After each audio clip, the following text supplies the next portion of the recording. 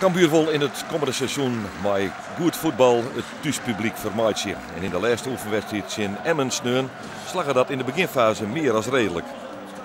Want we binnen maar een paar minuten onderwijs als hier de kans naar geklungel in de verdediging van Emmen komt voor Melvin de Leeuw. En hij liet oud-Cambuurkeeper Peter van der Vlag maar een vlammend schot kansleers. En zo dicteert Cambuur in de beginminuten de wedstrijd in Emmen.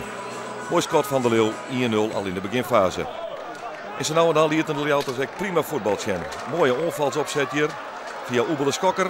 Het schot van Schokker krijgt oer. Schokker is nog de rechtsboeten. Cambuur is nog wel altijd op ziek naar een orenrechtsboeten. Liever gisteren dan van vandaag, zo simpel is het ook gewoon. Maar we gaan daarin niet geforceerd te werk. Ik bedoel, het is heel makkelijk om nu te roepen en te zeggen. Er zijn een aantal jongens die zichzelf aanbieden. Er zijn een aantal jongens die vrij zijn om die geforceerd hier naartoe te halen. Wij willen daar goed onze gedachten over laten gaan. Het moet een jongen die in de manier van spelen en trainen bij ons past. Het moet een jongen zijn die in deze groep past, want dat tillen wij heel erg zwaar aan. Dus wat dat betreft hebben we een aantal ijzers in het vuur en gaan we daarin niet haastig te werk. En dus kan Schokker nog altijd in de basis acteren. Hier maar een mooie paas op een ei op de Leeuw. Die treft nou de voeten van doelman Peter van der Vlag. De eerste 20 minuten winnen goed van Cambuur in de laatste oefenwedstrijd van het seizoen. Daarna zakken het al wat in. Dit is Mark Diemers met de vrije trap. Het kop terug Hemmen en makkelijk pakt terug Peter van der Vlag. Mark Diemers, hij gaat dus naar Utrecht, maar zal het komende seizoen nog acteren bij Cambuur. Hier werd geklungel in de verdediging van Emmen. Kan Broekhoff de bal oppikken, laat hem keurig naar Hemmen en het tikje waarom op Roze is echt net verkeerd. Het schot van de onvierder van Cambuur gaat Likholts oer.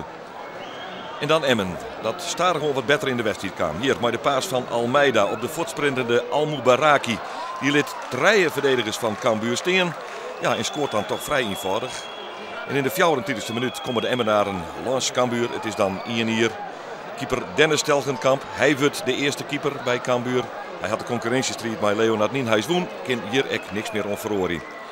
En dat wie ik de rest aan bij Cambuur en Emmen.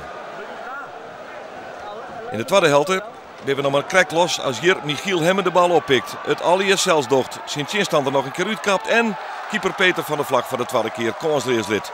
Een mooi doelpunt van de spits van Cambuur. Het is lekker voor een spits om te scoren, zeker in de voorbereiding. Ja, en het was eigenlijk zelf gecreëerde kans en dan afmaken is lekker. En afmaken, dat docht er dus prima en daar is hij voor Helle. Hemmen liek het de concurrentiestrijd in de spits te winnen voorlopig van Martijn Barto. Dit is Melvin de Leeuw, maar een voorzet in de slotfase van de wedstrijd. Komt bij invaller Marco van der Heijden en die zit nog krek van ons. En zo pakte Cambuur in de slotfase toch het initiatief weer wat waarom en liet het publiek nog wat zien. Dit schot van Barto is het laatste wapenfeit. De oefenperiode van Cambuur zit erop en de kan de trainer tevreden over wezen.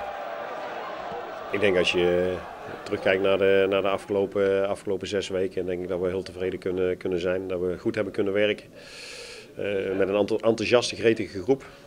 Dat we nodig hebben kunnen doen. Vooral de manier van spelen. Dat het nog wel wisselend is in de verschillende wedstrijden. Maar we er steeds dichterbij komen in hetgeen wat we graag willen.